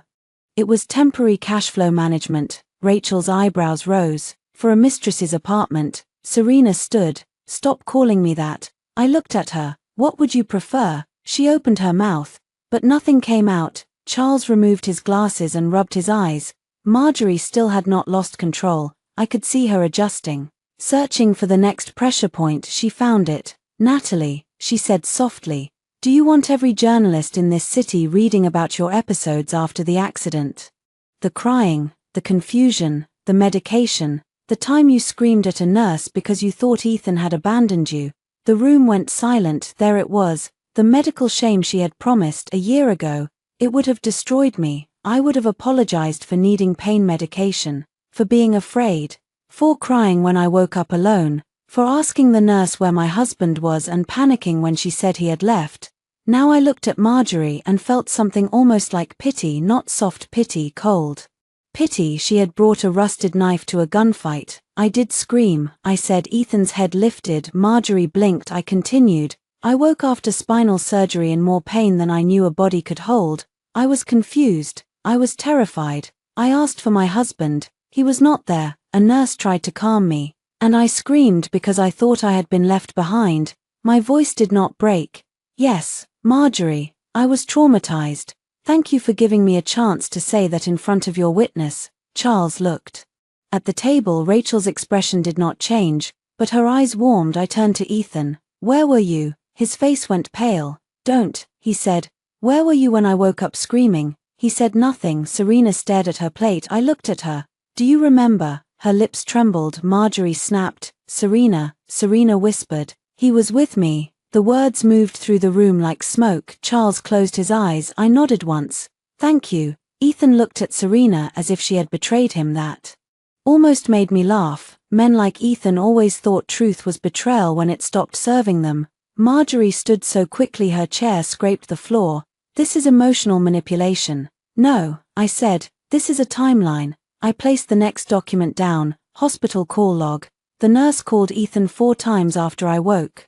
No answer. His phone location, which we will subpoena if necessary, places him at the Lowell Hotel. Serena whispered. Ethan. He turned on her. You said you wanted truth. I didn't know she woke up. That was the first thing she said all night that sounded human. I believed her again. It did not save her. Marjorie's hand tightened on the back of her chair. You are destroying your husband over one night. One night. I asked. I took out the rehab cancellation emails. One night became 3 cancelled rehab appointments, the forged authorization. One night became my signature on a document I never signed, the apartment lease. One night became foundation funds paying for Serena's home, the gala transcript. One night became your guest calling me crippled while my husband told me not to make a scene. I placed the final page on the table, a still from the valet video, Ethan's car in the rain, Serena's name glowing on the dashboard. And one night became a lie that trapped me inside a marriage built on my silence. No one moved. I sat down then, not because I was defeated, because my leg was shaking, and I no longer believed dignity required pretending pain did not exist. That was another freedom. Charles cleared his throat. Ethan, is the video authentic? Ethan looked at his mother. Marjorie stared straight ahead. The old system still tried to function. Son waiting for mother, mother calculating risk, mistress frozen, chairman begging silently for a version that would not ruin everyone. But the documents were on the table now. Paper does not care about family hierarchy. I don't know, Ethan said. Rachel smiled. Then you won't object to forensic review? He glared at her. Charles stood slowly. I think the board needs independent counsel. Marjorie's head snapped toward him. Charles, he looked tired, older than when we arrived. Marjorie, If even half of this is accurate, the board has exposure. Exposure, not guilt, not harm, exposure. Still, it was enough. People like Charles rarely found morality before liability, but liability could drag them into the same room. Serena grabbed her bag. I'm leaving. Ethan stood. Serena, wait. I watched him even. Now, even with his marriage bleeding out on the table, he moved toward her first. That final reflex was more honest than any apology he could ever give me. Serena looked at him and shook her head. You said she ruined everything, she whispered. You ruined everything. Then she left. Ethan stood in the doorway. Torn between following her and salvaging the room, I stood too, slower. I used to think I lost you after the accident, I said. He turned back.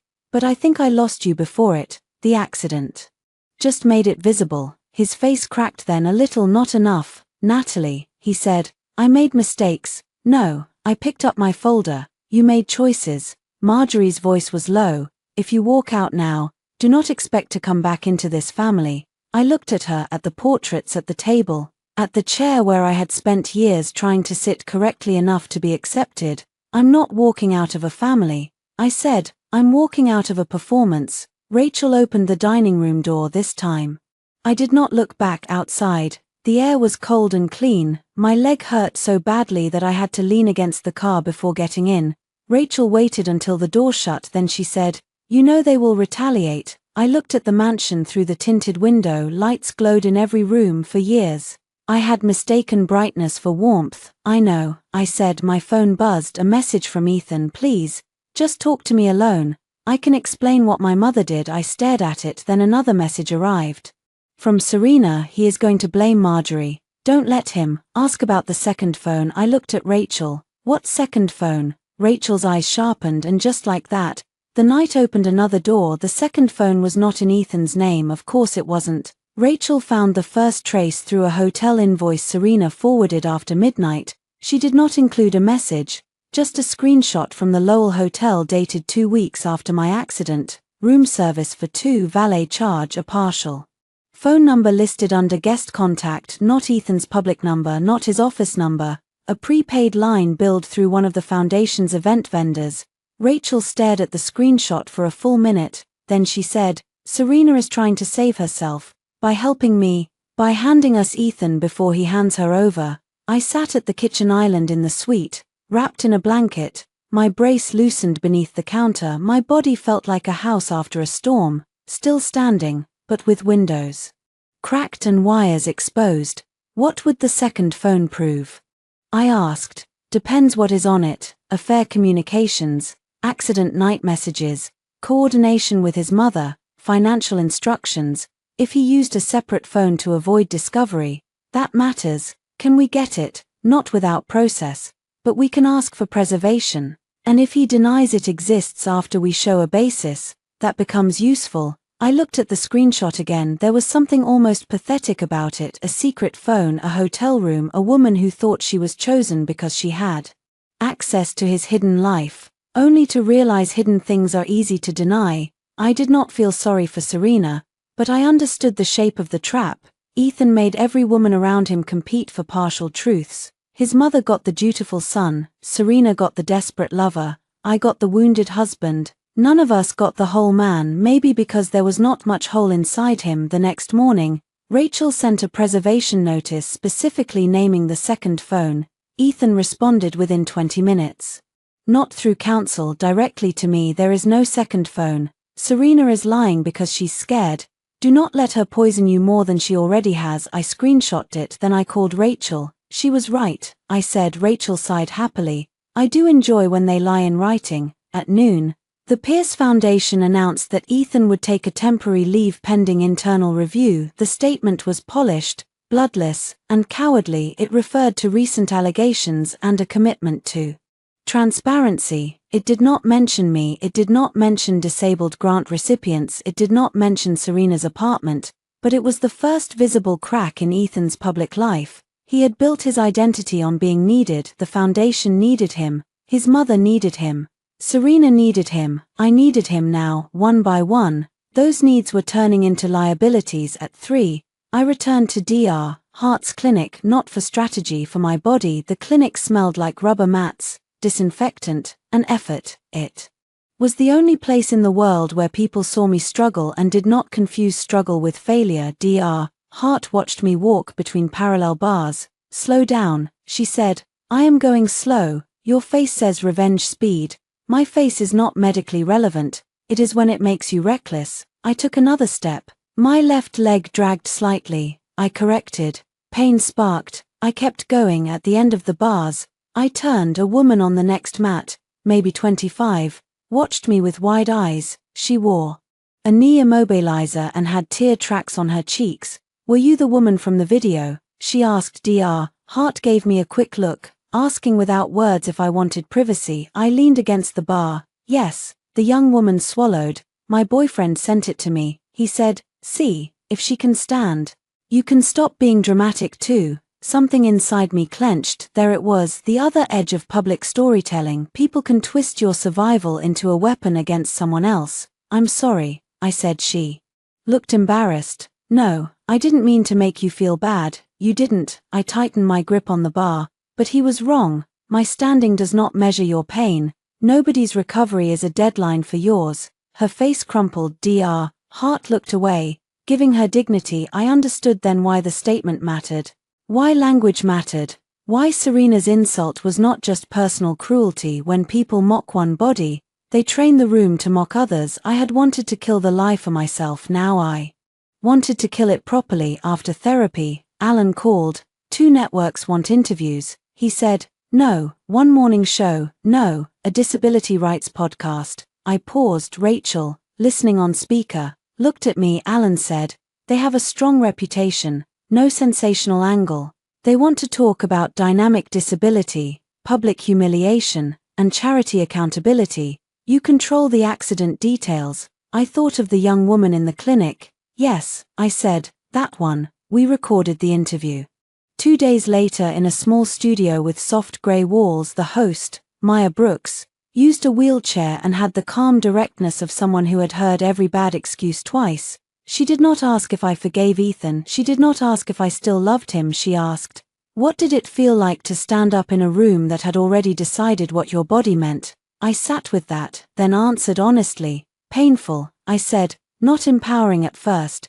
Painful. I think people want the moment where someone stands to mean they are healed, free, triumphant, but I stood because I was angry, and I sat down afterward because I needed to. Both mattered.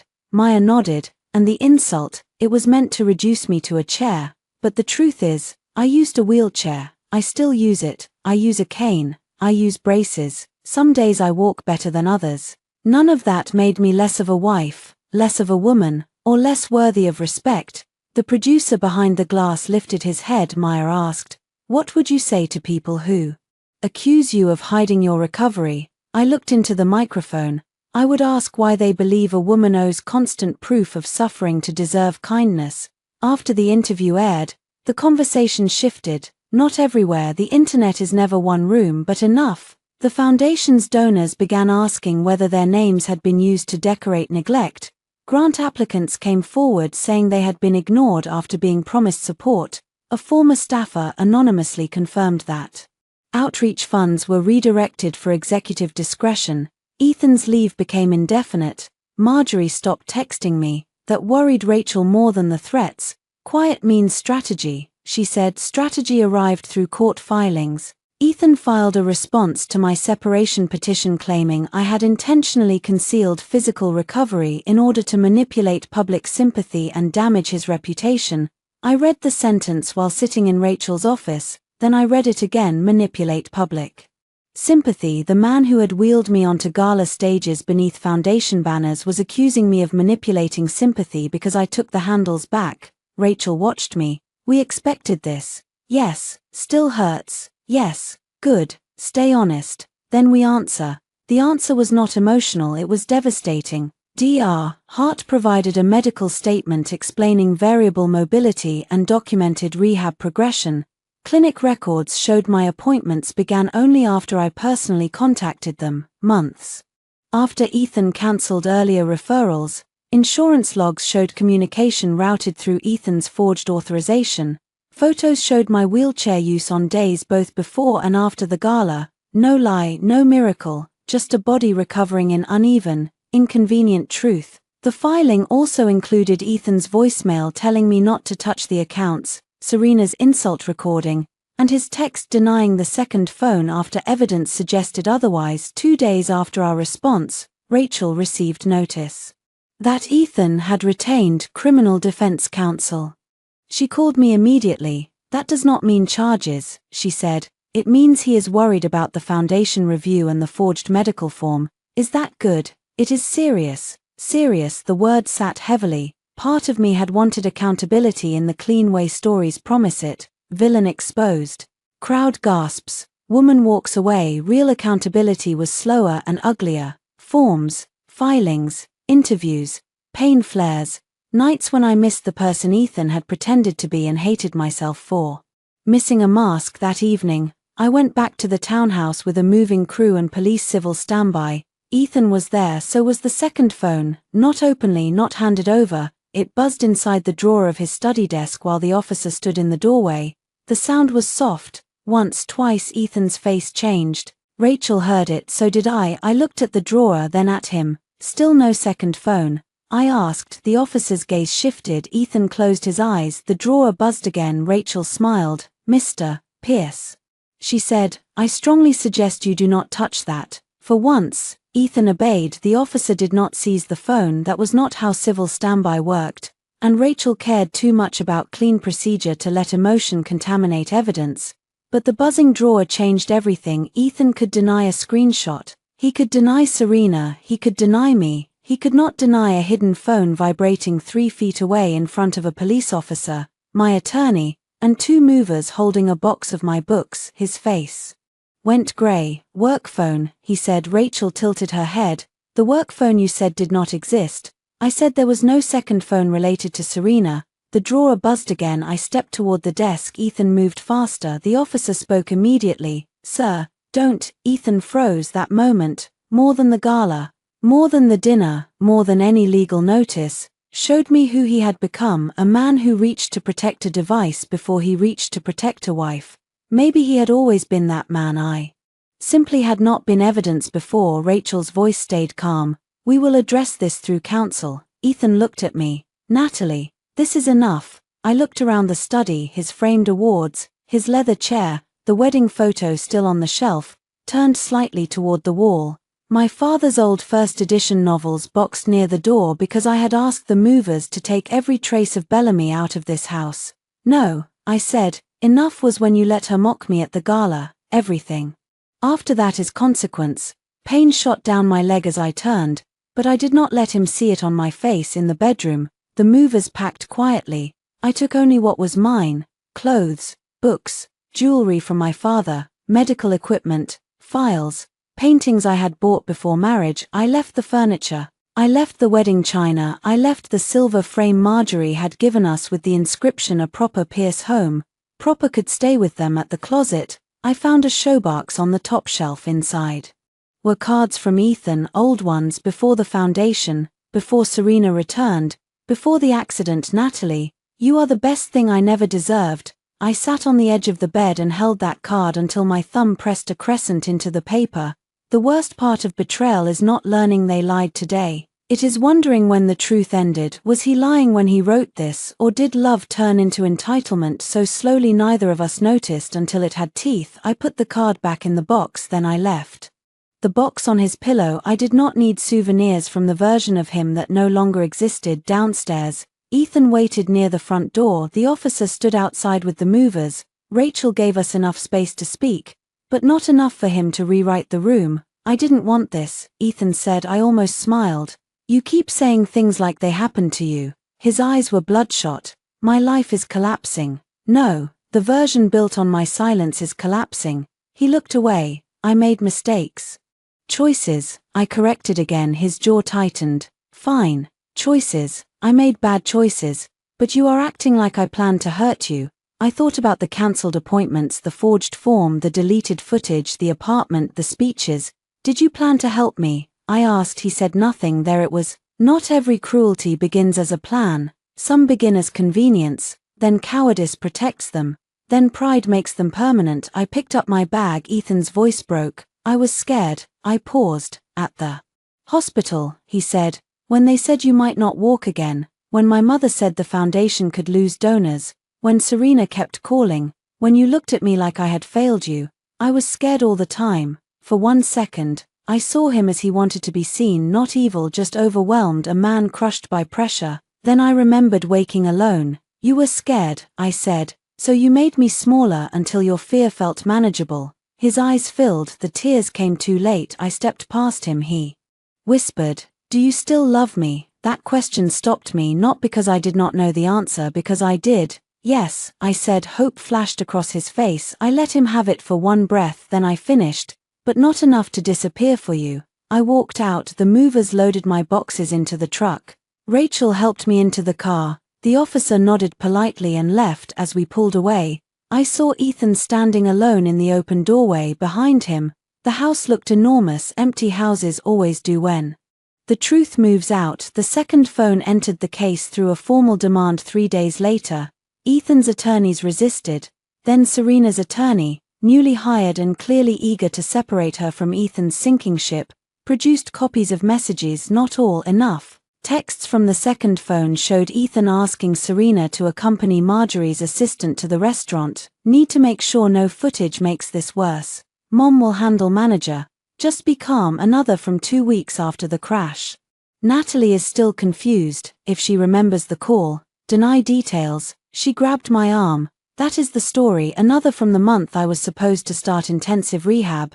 "Doctor keeps pushing aggressive treatment. If she improves too fast, questions start. Need time." I read that one in Rachel's office and felt the floor tilt. "If she improves too fast, questions start." Not because he thought I could not recover, because he was afraid I would. Rachel swore under her breath. It was the first time I had heard her do that. Priya cried openly. I did not cry. I stared at the message until the words stopped being words and became a door slamming shut. "If she improves too fast, questions start." My recovery had threatened his lie, so he slowed it. "There are betrayals that end love. There are betrayals that end the person who loved." That message did both. Rachel touched the paper gently. "Natalie, I want this in court. Yes, I want the foundation board to see it. Yes, I want his mother to see it. Yes, and I want the divorce finalized without a confidentiality clause." Rachel smiled. "That," she said, "will cost him." Good. Ethan called that night. I did not answer. He sent a voice message. I did not play it until morning. With Rachel present, his voice sounded wrecked. "Natalie, I know what you saw. I can explain. That message looks worse than it was. I was trying to protect us from speculation. I thought if you recovered slowly, quietly, we could manage the narrative and then move forward. I never wanted to hurt your body. You have to believe that." He paused. Then, softer, "I miss my wife." I deleted the message from my phone after Rachel saved a copy. My wife, even now. He missed possession and called it love. The preliminary hearing for temporary orders took place the following week. It was not dramatic at first. Courtrooms are smaller than people imagine, less polished, more fluorescent. Lives break under bad lighting every day. Ethan sat across from me in a navy suit.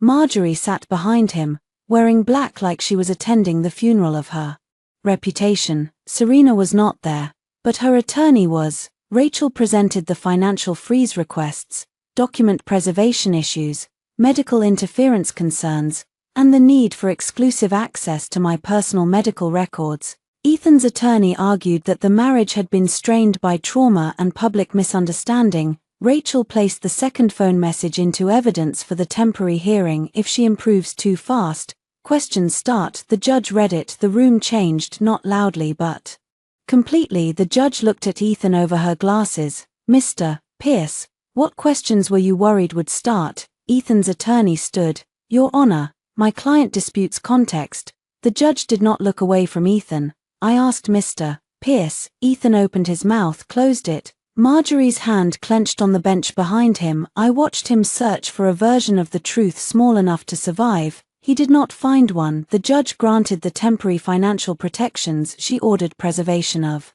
devices and communications. She restricted Ethan from accessing my medical records. She granted me exclusive possession of my personal property and barred him from contacting my care providers.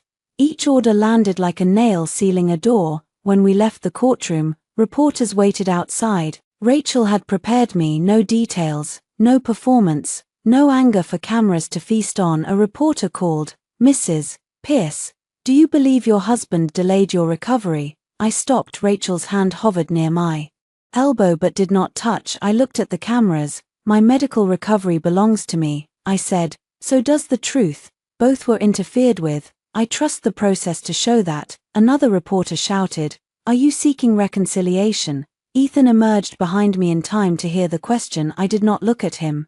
"No," I said, "I am seeking freedom." That clip led every evening segment, not because it was dramatic, because it was clear and clarity. I was learning. Frightened people who survived on fog. The Charity Bureau hearing was not a criminal trial, but it felt like a public autopsy. The Pierce Foundation board sat at one table with independent counsel. Ethan sat at another with his attorneys. Marjorie sat behind him, no longer queen of the room but still dressed like she expected the room to remember.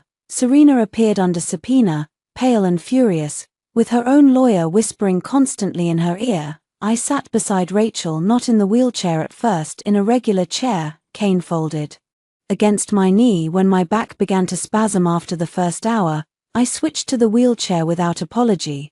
A camera from the bureau recorded everything, not for gossip, for record that mattered. A woman named Denise Alvarez led the questioning. She was deputy director of oversight, with silver hair pulled into a low bun and the patient expression of someone who had watched rich people mistake confusion for defense. She began with the foundation's mission: mobility access, rehabilitation support, emergency grants, home modification. Then she moved to spending. "Mr. Pierce," she said, "please explain why funds allocated to the New Start Home Ramp initiative were used to cover monthly payments connected to a residential lease on West End Avenue." Ethan's attorney leaned toward the microphone. "We dispute the characterization of those payments." Denise looked at him.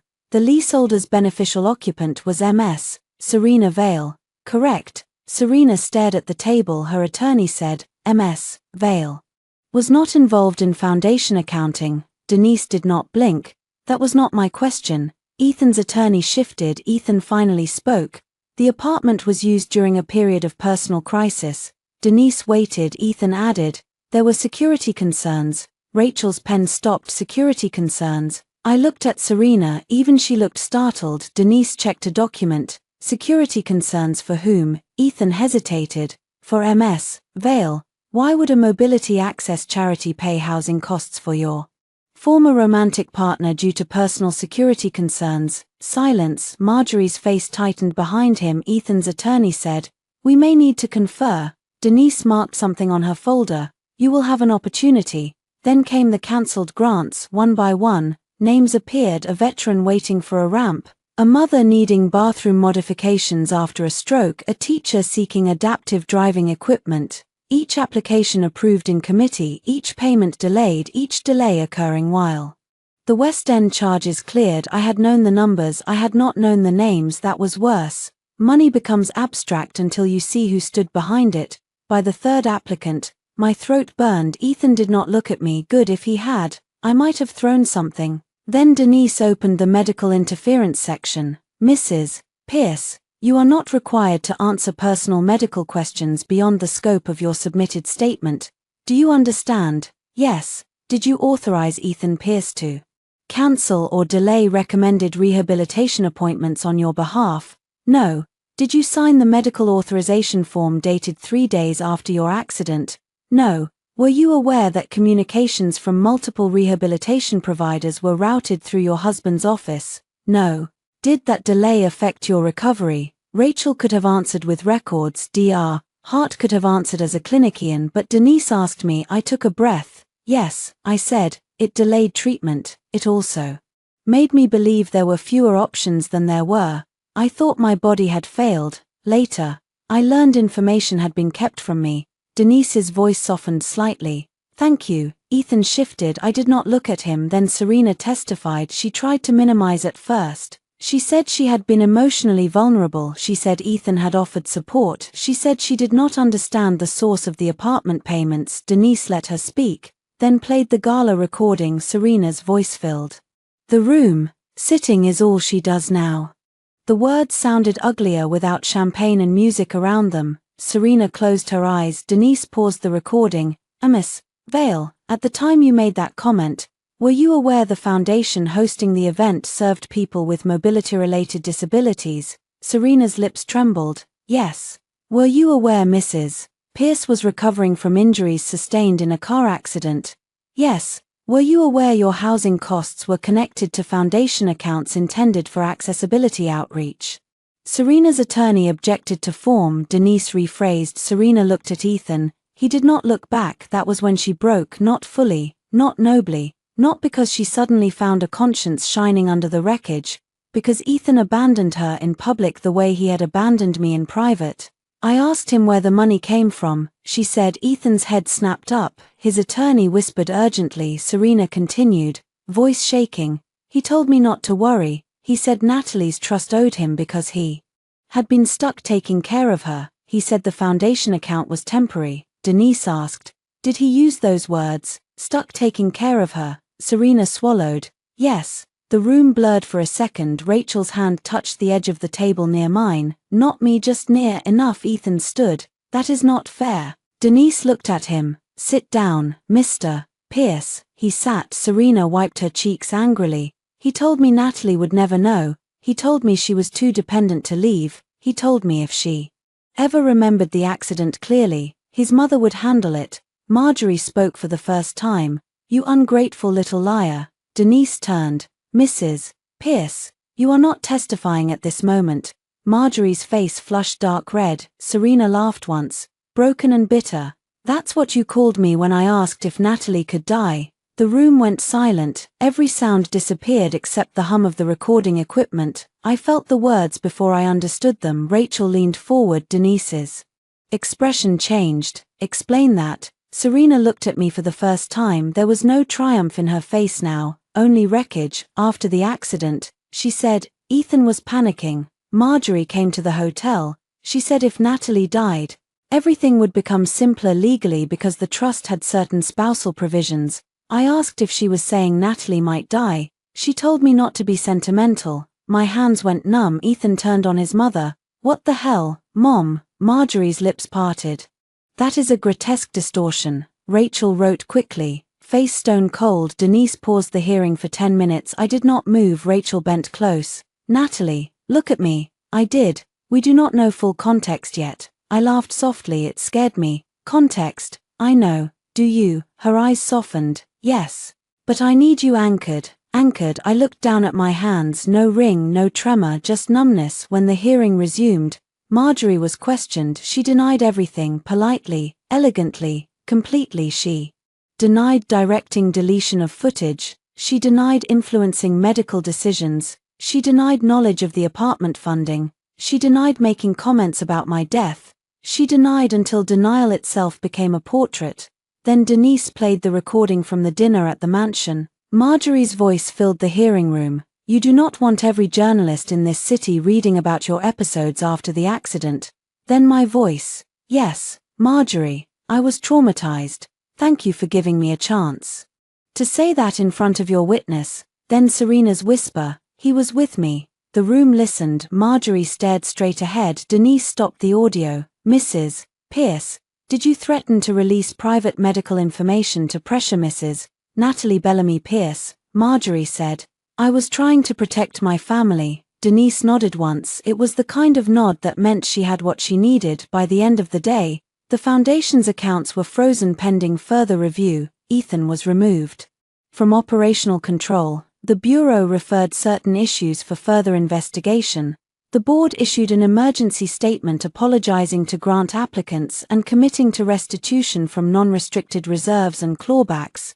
None of that healed my spine. None of that erased the year. But public record had done what family rooms never would. It named harm outside the building. Ethan waited near the steps. Rachel stiffened. It's okay, I said. She stayed close. Ethan looked ruined for once. I did not feel responsible for repairing the sight of him. Natalie, he said. No, I didn't know she said that, about my death. His face crumpled. I swear, maybe you didn't. He looked up, desperate.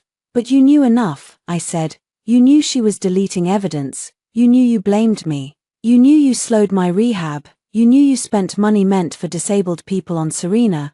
You knew I woke up alone. Tears slipped down his face. I can't undo it. No, I'll tell the truth, publicly.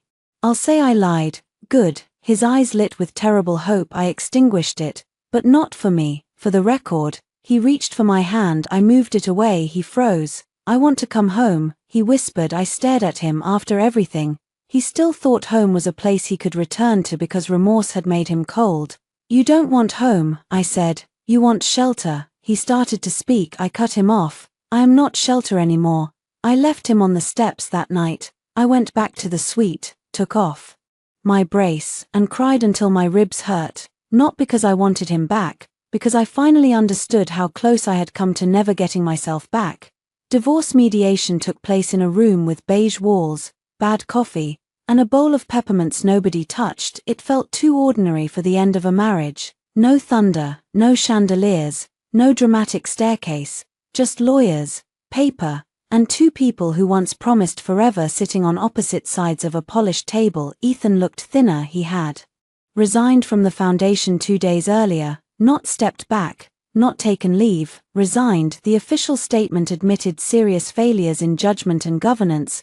It did not include every truth, but it included enough for donors to demand more. Marjorie's social invitations vanished first, then her committee seats, then the museum gala chair she had held for 14 years. Serena had moved out of West End Avenue. Her attorney was negotiating cooperation. Everyone was falling into their own consequences. I did not feel victorious. I felt clear. That was better. The mediator, a retired judge named Helen Strauss, began with practical terms: marital property division, trust separation, medical privacy protections, non-disparagement, restitution. Ethan's attorney pushed for confidentiality. Rachel said no. They pushed again. Rachel said, my client will not sign any agreement preventing her from discussing her own medical history, disability, marriage, recovery, or public legal records. Ethan looked at me. I'm not trying to silence you, he said. I waited. He corrected himself. I don't want this to follow us forever. There is no us. Pain crossed his face. I did not comfort him. Judge Strauss looked over the proposed terms. Mr. Pierce, given the pending reviews, confidentiality around underlying facts may not be enforceable or appropriate. His attorney whispered to him. Ethan rubbed his face. Fine, he said. No confidentiality. Marjorie was not in the room. That was one mercy, but her influence lingered in the first settlement offer, which tried to classify several payments from my trust as voluntary marital support with no reimbursement. Rachel placed bank records beside the offer: West End lease, household account for Mrs. Marjorie Pierce, foundation transfers misallocated, private security, cancelled accessibility expenses. We are prepared to litigate tracing. Ethan's attorney sighed. Ethan said quietly, pay it. His attorney turned. Ethan, pay it. He repeated. I studied him a year ago. I would have mistaken that for nobility. Now I saw exhaustion. He was not making amends. He was trying to stop bleeding. Judge Strauss moved to the medical authorization issue. Ethan's attorney said carefully, Mr. Pierce does not admit intentional forgery but acknowledges serious irregularities in the execution and use of the document. Rachel smiled. That language is adorable. Judge Strauss coughed into her hand. I almost laughed. Ethan looked at me for a moment. The room shifted. I saw the man from our honeymoon, sunburned and laughing because he had dropped his sunglasses into the ocean.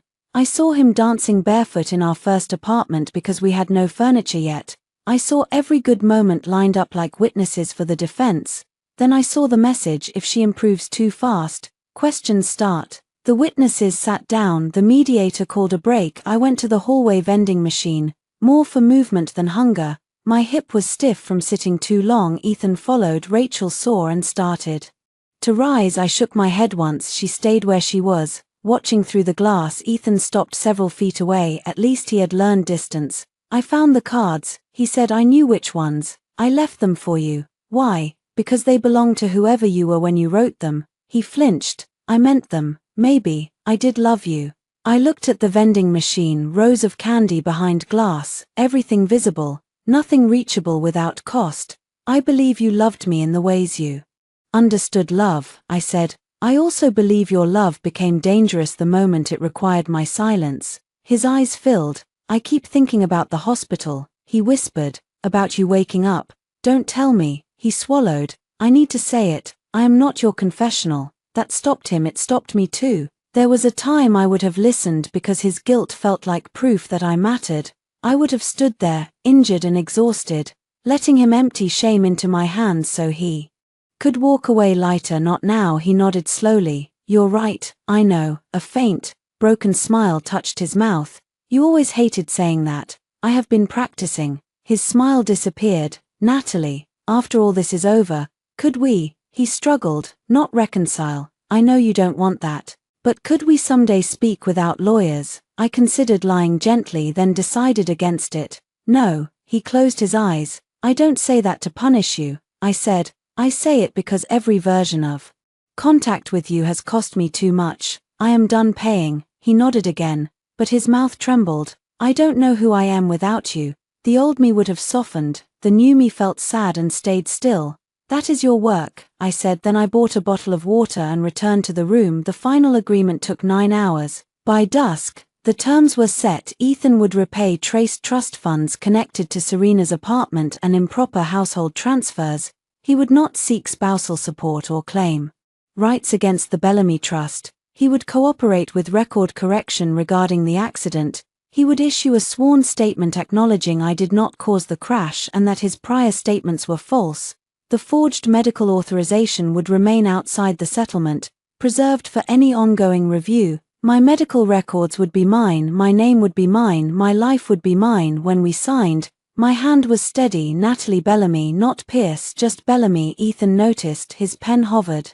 Then he signed too. Afterward, Judge Strauss stood. I wish both parties healing. It was the kind of thing people say when there is nothing else polite enough. Ethan approached me near the door. Rachel did not move away. He held out his hand, not to touch me, to give me something, my wedding ring, the Pierce heirloom. I thought you might want to decide what happens to it, he said. I looked at the ring. For years, it had felt heavy because I thought I was not strong enough to carry the family behind it. Now it looked small. No, I said, that belongs to your family. Let it remind them. His fingers closed around it. I walked out of the mediation room with Rachel at my side in the elevator. She handed me a peppermint from the bowl. You stole that? I asked. Liberated. I laughed. The sound came easier now outside. Rain fell lightly. For a second, I stood under the awning and listened to tires on wet pavement. Rain would always sound like that night, maybe forever, but I was not in the car anymore. Rachel's driver pulled up before I got in. My phone buzzed. A news alert. Ethan Pierce admits false statement about crash that injured former wife Natalie Bellamy. Former wife. The words looked strange, then beautiful. I took a screenshot, not for evidence, for myself. 6 months later, I stood at another podium. Smaller room, no chandeliers, no champagne tower, no Serena in silver silk, no Ethan in a tuxedo, no Marjorie watching from the edge of the crowd like a knife wrapped in pearls. This room belonged to the first Bellamy Mobility Grant recipients. The walls were painted warm blue, folding chairs filled the community center hall. A sign near the entrance read, "Access is not charity. IT is dignity." I had not written that line, a grant recipient had. I liked it better than anything the Pierce Foundation had paid a branding agency to invent. My cane rested against the podium. My wheelchair waited nearby because the day had been long and my body had limits. I had stopped treating those limits as moral failures. Dr. Hart sat in the front row. Rachel sat beside her, pretending not to cry. Maya Brooks, the podcast host, had joined the advisory board and was whispering something to a teenager who had just received funding for a custom sports chair. The Bellamy Mobility Fund was not large compared to the Pierce Foundation, not yet, but every dollar was clean, every grant listed, every decision reviewed by people who actually understood the lives behind the applications. After the investigations, the Pierce Foundation had been restructured under independent oversight. Several board members resigned permanently. Restitution was ordered, programs were restored, though under a new name. Ethan was barred from leadership in charitable organizations for a set period under the settlement with regulators. Marjorie lost influence faster than I expected and slower than she deserved. Serena cooperated enough to avoid the worst legal consequences, but her public image did not survive the recordings. She issued an apology that began with "I have been reflecting" and ended with comments turned off. I did not respond. Not everything requires your participation to be over. Ethan's sworn statement became public record. I did not cause the accident. He had been distracted by a phone call. He had allowed false impressions to continue. He had interfered with communication related to my recovery. The words were formal, not enough, still necessary. He also wrote me a letter. Rachel received it first. She says she will burn it ceremonially if you prefer, Priya told me over the phone. I asked her to send it not because I wanted him back, because curiosity is not surrender. The letter was 12 pages, too long, full of remorse, too late. He wrote about shame, about fear, about how his mother had shaped him, about Serena, about the accident, about waking each morning and reaching for a life that no longer existed. Near the end, he wrote, "I do not ask you to forgive me. I am beginning to understand that forgiveness is not something I am owed because I finally feel the weight of what I did." That line was the only one I believed fully. I folded the letter and put it in a file marked closed. Not forgiven, not forgotten, closed now. At the podium, I looked out at the room. A man in the second row sat beside his wife, their hands linked over a folder containing ramp approval documents. A college student leaned on forearm crutches near the coffee table. A grandmother cried quietly while her grandson filmed the stage on his phone. My voice shook when I began, not from fear, from the size of being alive in a room where no one needed me. Small. A year ago, I said, I stood up in a room where people expected me to stay quiet. A hush moved through the hall. I thought that moment was about proving something to the people who hurt me. I was wrong. It became about proving something to myself, not that I could walk. Some days I can, some days I can't. The proof was that I could choose. I could leave, I could tell the truth, I could stop funding my own humiliation, I could build something from the part of me they mistook for weakness. Heart wiped her eye. Rachel looked down at her lap. I continued, "This fund exists because access should never depend on whether powerful people find your pain useful. It should never be traded for image, controlled by shame, or delayed because someone else prefers you helpless." The room blurred. I held the podium and let it. For everyone here who has been told you are too much, too expensive, too difficult, too slow, too changed, or too damaged. I want to say this clearly: needing help does not make you less free. The people who use your need to control you are the ones who should be ashamed. Applause began before I finished. This time, I accepted it sitting down. That mattered too. After the ceremony, I stayed until every recipient had their paperwork. Every photo was taken, every question answered. By the time I stepped outside, twilight had settled over the city. Rachel walked beside me. "You overdid it," she said. "You always say that. You always do. Balance. That is not balance. Growth." Then, she snorted. A black car waited at the curb, not mine. I knew before the window lowered. Ethan. He looked different, not better or worse, just less polished. His hair was longer, his face thinner. No driver, no assistant, no mother arranging the world around him. Rachel's expression turned lethal. "It's okay," I said. Ethan stepped out slowly, hands visible, staying several feet away. "I'm not here to upset you," he said. "Then don't." A faint smile crossed his face and disappeared. I saw the announcement for the fund. I wanted to say congratulations, thank you. He looked at the community center behind me. "Your father would have been proud." That almost hurt, not because he was wrong, because once, he had known exactly where to press warmth. I did not let the warmth become invitation. "Yes," I said, "he would." Ethan nodded. Silence sat between us for the first time. He did not rush to fill it. That was new, too late. But new. "I'm leaving New York," he said. "For a while." I said nothing. "I'm working with someone, a therapist. Not that it fixes anything. No. But it may stop you from breaking whatever comes next." He accepted that with a small nod. Then he looked at my cane, my chair, my face. "I used to think the worst moment of my life was when you stood up at the gala," he said. "Now I think it was every moment before that when I gave you a reason to." I breathed in slowly. That was the apology he should have found months ago, maybe years. It still did not change the ending. I hope you become someone who understands that, I said. His eyes shone. Do you hate me? I considered the question. The old answer would have been complicated because I thought complicated meant deep. Now, the truth was simple. No, I said, I survived you. Hate would keep me closer than I want to be. He closed his eyes when he opened them. He nodded. Goodbye, Natalie. Goodbye, Ethan. He got back into the car this time, watching him.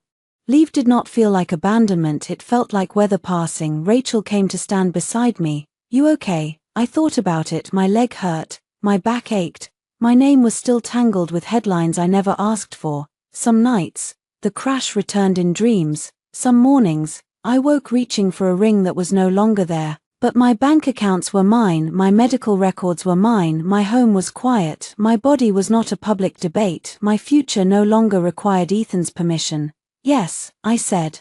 I'm okay, Rachel smiled. That sounded real. It was. I turned toward my own car, then stopped across the street. The community center windows glowed. Inside, people were still talking, laughing, signing forms, comparing equipment vendors, exchanging numbers, lives being restored without a gala, dignity without performance. I folded my cane, sat in the wheelchair, and pushed myself forward before Rachel could reach for the handles. She caught herself and raised both hands. Sorry, I smiled. Thank you. For what? For remembering. She walked beside me, not behind. The sidewalk was uneven, and one wheel caught briefly in a crack. I adjusted, pushed again, and kept moving. Once, that would have embarrassed me. Now it was just a crack, just a wheel, just a woman going home under her own power. In whatever way her body allowed. That night at the curb, I looked back one last time at the lit windows. A year ago, Serena had laughed and said sitting was all I did. She had been wrong. I sat, I stood, I fell, I healed. I left, I built, and when the world tried to decide what my body meant, I took the meaning back, not with a miracle, with evidence, with boundaries, with a signature in my own name, with the courage to stop calling endurance love. The driver opened the door. Home, MS, Bellamy. I smiled at the sound of it. Yes, I said, home.